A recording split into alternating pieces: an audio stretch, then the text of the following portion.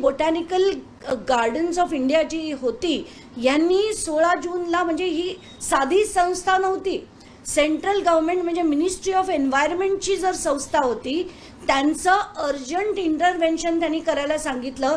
त्याच्यात काही झालं नाही, कुठल्याही प्रकारचा FIR झाला नाही. उलटं त्या लोकांनी, अमेडियाच्या लोकांनी तिथे जाऊन ताबा घेण्याचा प्रयत्न केला होता. तर जसं मी हे एकदा नाही 10 वेळा म्हणेन की अजित पवारांनी सांगणं की मला माहीत नाही हे शक्य नाही.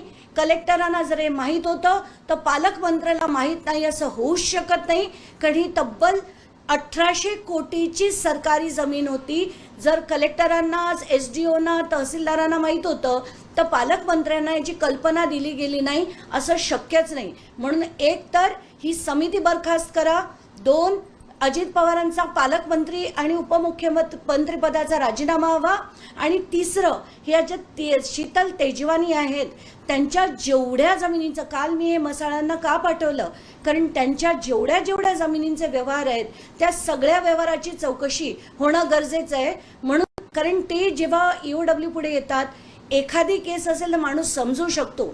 या जेवढे मॅटर्स मी बघितले आहेत, प्रत्येक मॅटरमध्ये, मग ती वक्फची असो, इतर एका शाळेची जमीन असो, BKCची जमीन असो, जिथे जिथे होती तिथे शीतल तेजवानी यांच्याकडे पॉवर ऑफ अटॉर्नी होती. मला पुण्याच्या बाकीच्या लोकांनाही सांगायचं आहे की तुमच्याकडे शीतल तेजवानीची आणि काही माहिती असेल तर मला किंवा विजय कुंभार यांच्यापर्यंत तिथल्या तिथे पोचवा, आणि या सगळ्या गोष्टी मांडून एक प्रॉपर ॲप्लिकेशन करून आपल्याला खर्गे समितीला द्यायला लागेल. हे अतिशय गंभीर आहे. ही बाई कोणासाठी काम करायची, कुठले तिने प्रकल्प केले, कोणाच्या घशात या सगळ्या जमिनी गेल्या, कारण बहुतांश जमिनी या वतनच्या किंवा सरकारच्या होत्या.